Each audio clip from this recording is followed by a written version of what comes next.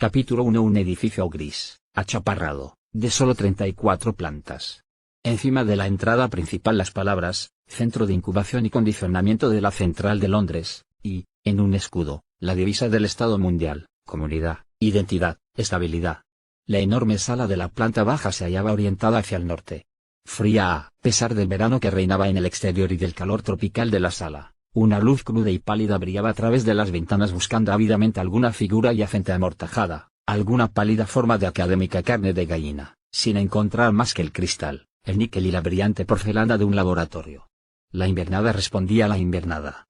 Las batas de los trabajadores eran blancas, y estos llevaban las manos embutidas en guantes de goma de un color pálido, como de cadáver. La luz era helada, muerta, fantasmal.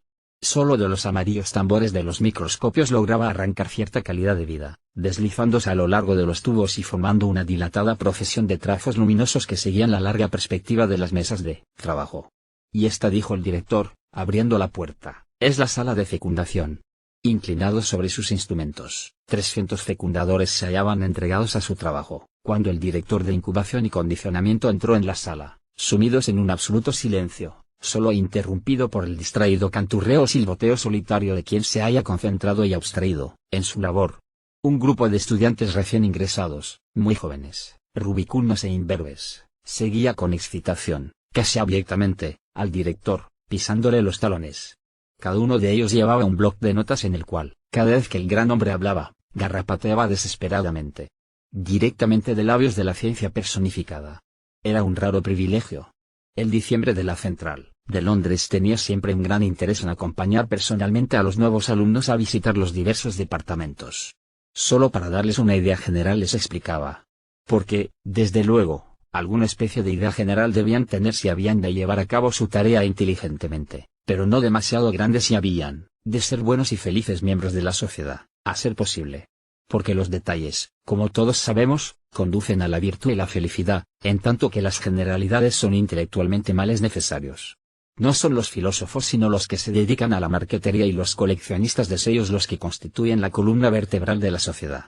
Mañana, añadió, sonriéndoles con campechanía un tanto amenazadora, empezarán ustedes a trabajar en serio. Y entonces no tendrán tiempo para generalidades. Mientras tanto, era un privilegio.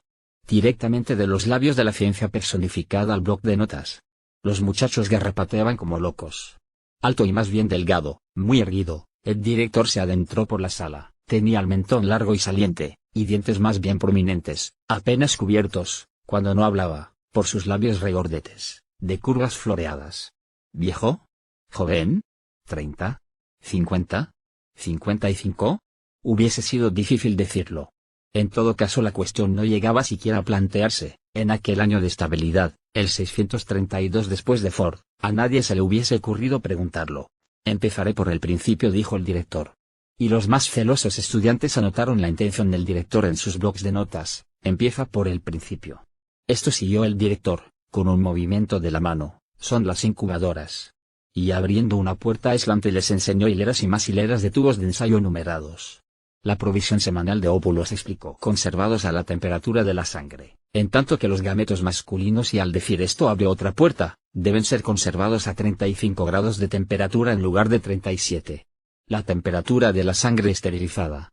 Los moruecos envueltos en termógeno no engendran corderillos. Sin dejar de apoyarse en las incubadoras, el director ofreció a los nuevos alumnos, mientras los lápices corrían ilegiblemente por las páginas, una breve descripción del moderno proceso de fecundación.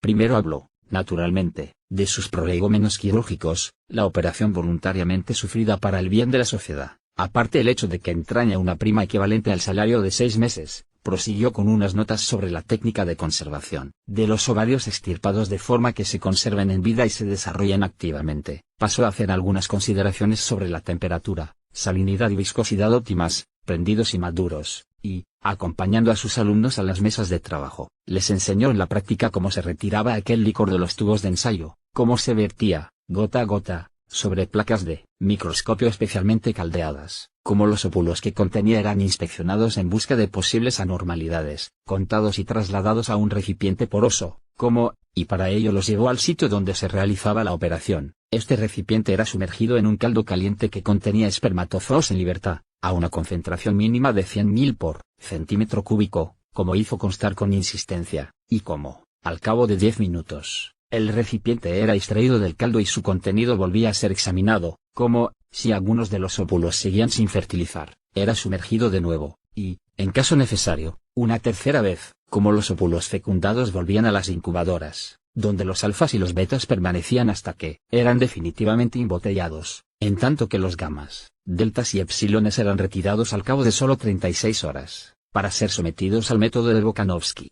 El método de Bokanovsky, repitió el director. Y los estudiantes subrayaron estas palabras. Un óvulo, un embrión, un adulto, la normalidad. Pero un óvulo, Bokanovskificado, prolifera, se subdivide.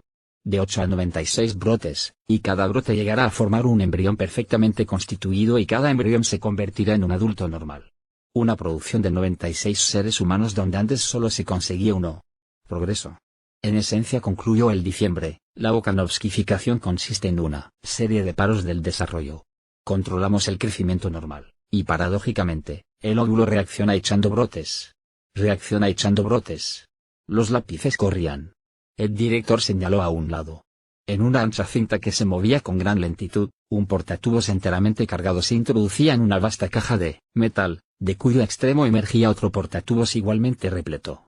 El mecanismo producía un débil zumbido. El director explicó que los tubos de ensayo tardaban 8 minutos en atravesar aquella cámara metálica. 8 minutos de rayos X era lo máximo que los óvulos podían soportar. Unos pocos morían, de los restantes, los menos aptos se dividían en dos, después a las incubadoras, donde los nuevos brotes empezaban a desarrollarse, luego, al cabo de 2 días, se les sometía a un proceso de congelación y se detenía su crecimiento. 2, 4, 8, los brotes, a su vez, echaban nuevos brotes, después se les administraba una dosis casi letal de alcohol, como consecuencia de ello, volvían a subdividirse brotes de brotes de brotes, y después se les dejaba desarrollar en paz, puesto que una nueva detención en su crecimiento solía resultar fatal. Pero, a aquellas alturas, el óvulo original se había convertido en un número de embriones que oscilaba entre 8 y 96, un prodigioso adelanto, hay que reconocerlo, con respecto a la naturaleza. Mellizos idénticos, pero no en ridículas parejas, o de 3 en 3, como en los viejos tiempos vivíparos, cuando un óvulo se escindía de vez en cuando, accidentalmente, mellizos por docenas, por veintenas a un tiempo. Veintenas, repitió el director, y abrió los brazos como distribuyendo generosas dádivas. Veintenas. Pero uno de los estudiantes fue lo bastante estúpido para preguntar en qué consistía la ventaja. Signo de exclamación abierta. Pero, hijo mío, exclamó el director, volviéndose bruscamente hacia él. ¿De veras no lo comprende? ¿No puede comprenderlo? Levantó una mano, con expresión solemne.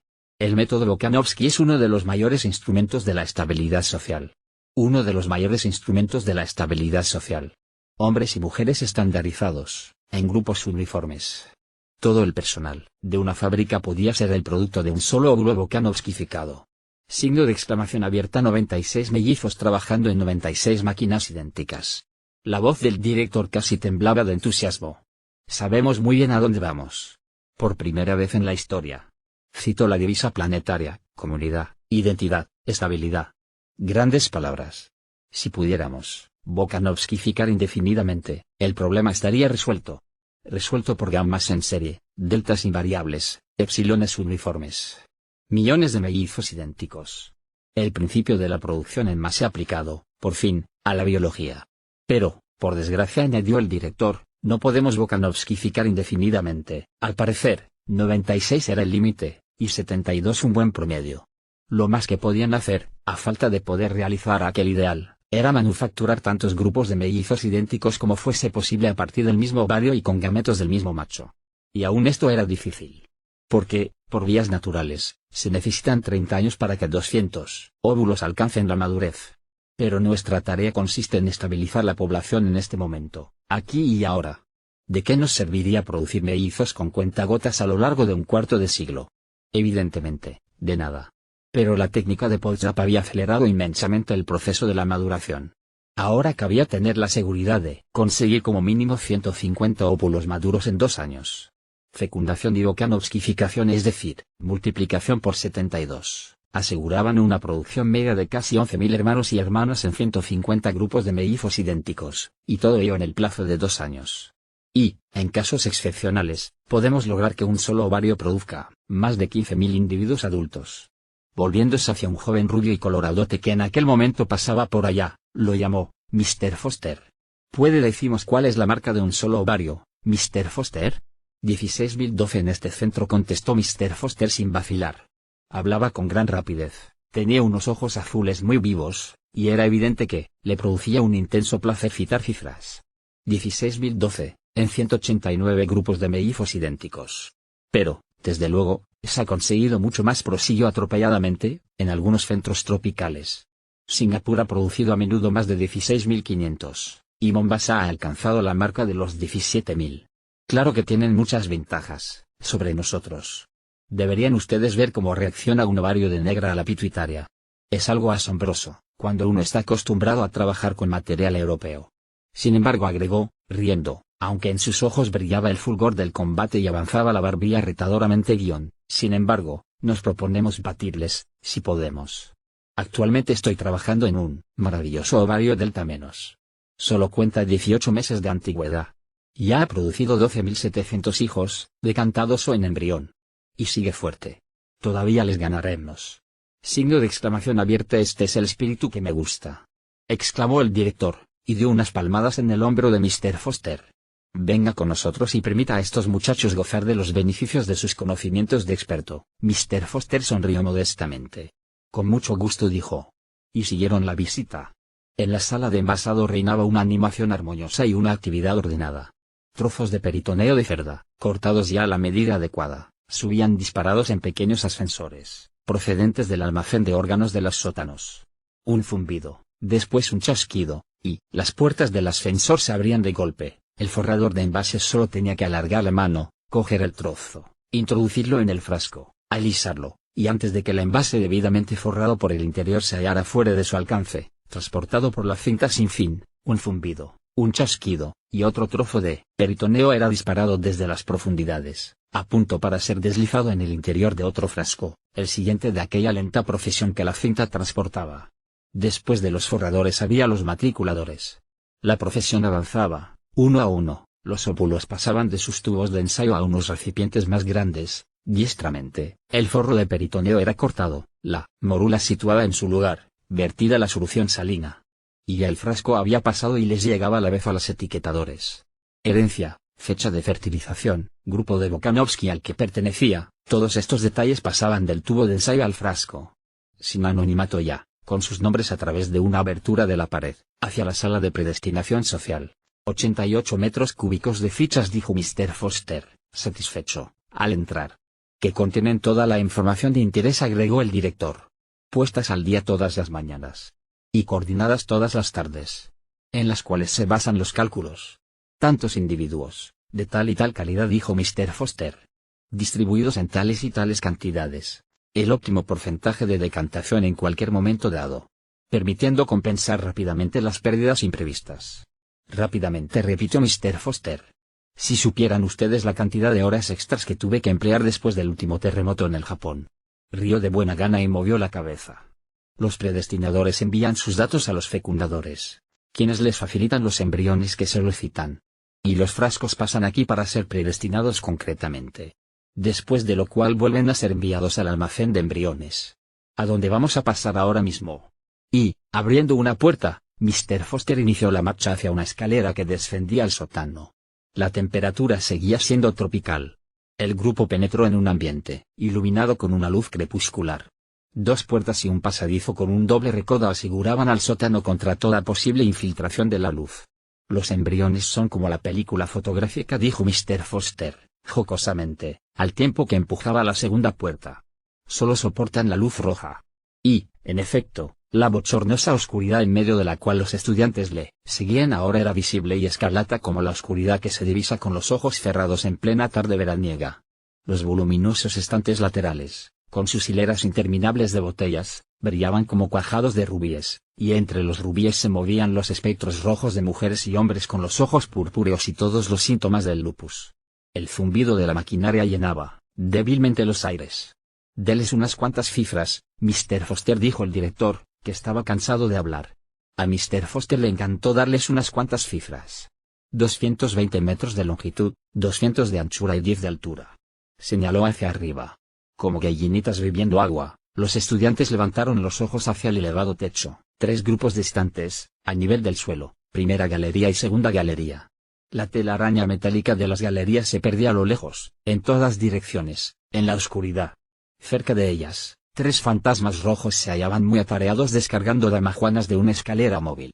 La escalera que procedía de la sala de predestinación social. Cada frasco podía ser colocado en uno de los 15 estantes, cada uno de los cuales, aunque a simple vista no se notaba, era un tren que viajaba a razón de 333 milímetros por hora. 267 días, a 8 metros diarios. 2.136 metros en total. Una vuelta al sótano a nivel del suelo, otra en la primera galería, media en la segunda, y, la mañana del día 267, luz de día en la sala de decantación. La llamada existencia independiente. Pero en el intervalo, concluyó Mr. Foster, nos las hemos arreglado para hacer un montón de cosas con ellos. Ya lo creo, un montón de cosas. Este es el espíritu que me gusta, volvió a decir el director. Demos una vueltecita. Cuénteselo usted todo, Mr. Foster. Y Mr. Foster se lo contó todo. Les habló del embrión que se desarrollaba en su lecho de peritoneo. Les dio a probar el rico sucedáneo de la sangre con que se alimentaba. Les explicó por qué había de estimularlo con placentina y tiroxina. Les habló del extracto de corpus luteum. Les enseñó las mangueras por medio de las cuales dicho extracto era inyectado automáticamente cada 12 metros, desde 0 hasta 2040. Habló de las dosis gradualmente crecientes de pituitaria administradas durante los 96 metros últimos del recorrido. Describió la circulación materna, artificial instalada en cada frasco. En el metro 112, les enseñó el depósito de sucedáneo de la sangre, la bomba centrífuga que mantenía el líquido en movimiento por toda la placenta y lo hacía pasar a través del pulmón sintético y el filtro de los desperdicios. Se refirió a la molesta tendencia del embrión a la anemia, a las dosis masivas de extracto de estómago de cerdo y de hígado de potro fetal que, en consecuencia, había que administrar. Les enseñó el sencillo mecanismo por medio del cual, durante los 2 últimos metros de cada 8, todos los embriones eran sacudidos simultáneamente para que se acostumbraran al movimiento. Aludió a la gravedad del llamado trauma de la decantación y enumeró las precauciones que se tomaban para reducir al mínimo, mediante el adecuado entrenamiento del embrión envasado, tan peligroso shock. Les habló de las pruebas de sexo llevadas a cabo en los alrededores del metro 200. Explicó el sistema de etiquetaje, una T para los varones, un círculo para las hembras, y un signo de interrogación negro sobre fondo blanco para los destinados a hermafroditas. Porque, desde luego, dijo Mr. Foster, en la gran mayoría de los casos la fecundidad no es más que un estorbo. Un solo ovario fértil de cada 1200 bastaría para nuestros propósitos. Pero queremos poder elegir a placer. Y, desde luego, conviene siempre dejar un buen margen de seguridad. Por esto permitimos que hasta un 30% de embriones hembras se desarrollen normalmente. A los demás les administramos una dosis de hormona sexual femenina cada 24 metros durante lo que les queda de trayecto. Resultado, son decantados como hermafroditas, completamente normales en su estructura, excepto tuvo que reconocer, que tienen una ligera tendencia a echar barba, pero estériles. Con una esterilidad garantizada. Lo cual nos conduce, por fin prosiguió Mr. Foster, fuera del reino de la mera imitación servil de la naturaleza para pasar al mundo mucho más interesante de la invención humana. Se frotó las manos. Porque, desde luego, ellos no se limitaban meramente a incubar embriones, cualquier vaca podría hacerlo. También predestinamos y condicionamos. Decantamos nuestros críos como seres humanos socializados, como alfas o epsilones, como futuros poceros o futuros. Iba a decir futuros interventores mundiales, pero rectificando a tiempo, dijo, futuros directores de incubadoras. El director agradeció el cumplido con una sonrisa. Pasaban en aquel momento por el metro 320 del estante número 11. Un joven, beta menos, un mecánico, estaba atareado con un destornillador y una llave inglesa, trabajando en la bomba de sucedáneo de la sangre de una botella que pasaba. Cuando dio vuelta a las tuercas, el zumbido del motor eléctrico se hizo un poco más grave. Bajó más aún, y un poco más. Otra vuelta a la llave inglesa, una mirada al contador de revoluciones, y terminó su tarea. El hombre retrocedió 2 pasos en la hilera e inició el mismo proceso en la bomba del frasco siguiente. Está reduciendo el número de revoluciones por minuto, explicó Mr. Foster. El sucedáneo circula más despacio, por consiguiente, Pasa por el pulmón a intervalos más largos, por tanto, aporta menos oxígeno al embrión. No hay nada como la escasez de oxígeno para mantener a un embrión por debajo de lo normal. Y volvió a frotarse las manos. Signo de interrogación abierta. ¿Y para qué quieren mantener a un embrión por debajo de lo normal?, preguntó un estudiante ingenuo. Signo de exclamación abierta. Estúpido, exclamó el director, rompiendo un largo silencio. ¿No se le ha ocurrido pensar que un embrión de epsilon debe tener un ambiente epsilon y una herencia epsilon también? Evidentemente, no se le había ocurrido. Quedó abochornado. Cuanto más baja es la casta, dijo Mr. Foster, menos debe escasear el oxígeno. El primer órgano afectado es el cerebro. Después el esqueleto. Al 70% del oxígeno normal se consigue en enanos. A menos del 70, monstruos sin ojos. Que no sirven para nada, concluyó Mr. Foster. En cambio, y su voz adquirió un tono confidencial y excitado, si lograran descubrir una técnica para abreviar el periodo de maduración, qué gran triunfo, qué gran beneficio para la sociedad.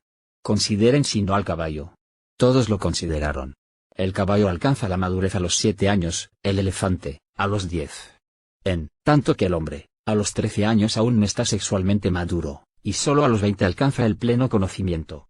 De ahí la inteligencia humana, fruto de este desarrollo retardado. Pero en los epsilones, dijo Mr. Foster, muy acertadamente, no necesitamos inteligencia humana. No la necesitaban, y no la fabricaban. Pero, aunque la mente de un epsilon alcanzaba la madurez a los 10 años, el cuerpo del epsilon no era apto para el trabajo hasta los 18.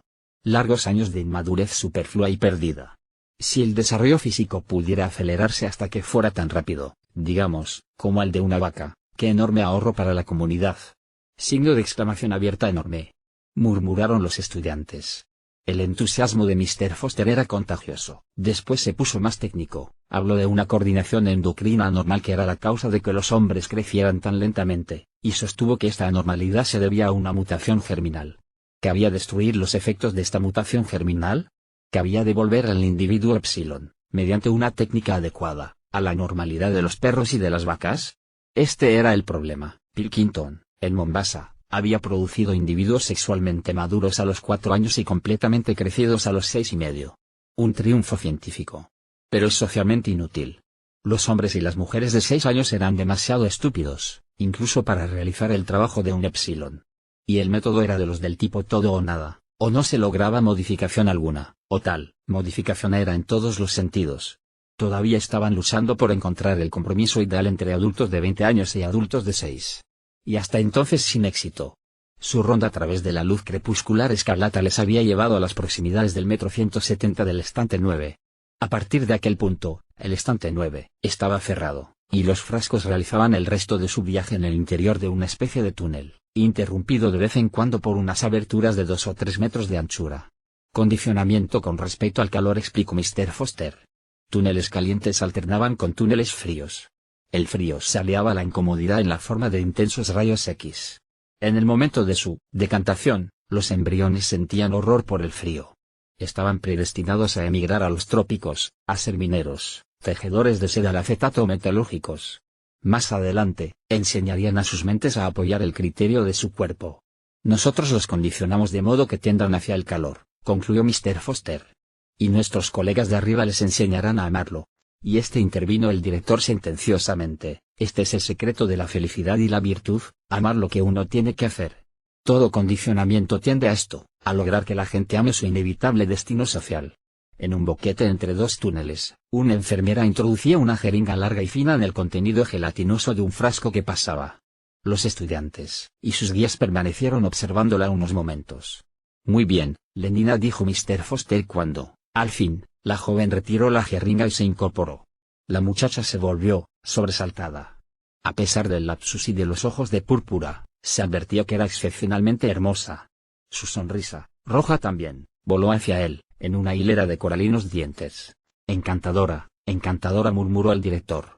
Y, dándole 1 o 2 palmaditas, recibió en correspondencia una sonrisa deferente, a él destinada. Signo de interrogación abierta. ¿Qué les da?, preguntó Mr. Foster, procurando adoptar un tono estrictamente profesional. Lo de siempre, el tifus y la enfermedad del sueño. Los trabajadores del trópico empiezan a ser inoculados en el metro 150, explicó Mr. Foster a los estudiantes. Los embriones todavía tienen agallas. Inmunizamos al pez contra las enfermedades del hombre futuro. Luego, volviéndose a Lenina, añadió, a las 5:10, en el tejado, esta tarde, como de costumbre. Encantadora, dijo el director una vez más. Y, con otra palmadita, se alejó en pos de los otros. En el estante número 10, hileras de la próxima generación de obreros químicos serán sometidos a un tratamiento para acostumbrarlos a tolerar el plomo, la sosa cáustica, el asfalto, la clorina. El primero de una hornada de 250 mecánicos de cohetes aéreos en embrión pasaba en aquel momento por el metro 1100 del estante 3. Un mecanismo especial mantenía sus envases en constante rotación. Para mejorar su sentido del equilibrio, explicó Mr. Foster. Efectuar reparaciones en el exterior de un cohete en el aire es una tarea complicada. Cuando están de pie, reducimos la circulación hasta casi matarlos, y doblamos el flujo del sucedáneo de la sangre cuando están cabeza abajo. Así aprenden a asociar esta posición con el bienestar. De hecho, solo son felices de verdad cuando están así. Y ahora, prosiguió Mr. Foster, me gustaría enseñarles algún condicionamiento interesante para intelectuales alfa más. Tenemos un nutrido grupo de ellos en el estante número 5. Es el nivel de la primera galería. Gritó a dos muchachos que habían empezado a bajar a la planta. Están por los alrededores del metro 900, explicó. No se puede efectuar ningún condicionamiento intelectual eficaz hasta que el feto ha perdido la cola. Pero el director había consultado su reloj. Las 3:10, dijo. Me temo que no habrá tiempo para los embriones intelectuales. Debemos subir a las guarderías antes de que los niños despierten de la siesta de la tarde. Mr. Foster pareció decepcionado. Al menos, una mirada a la sala de decantado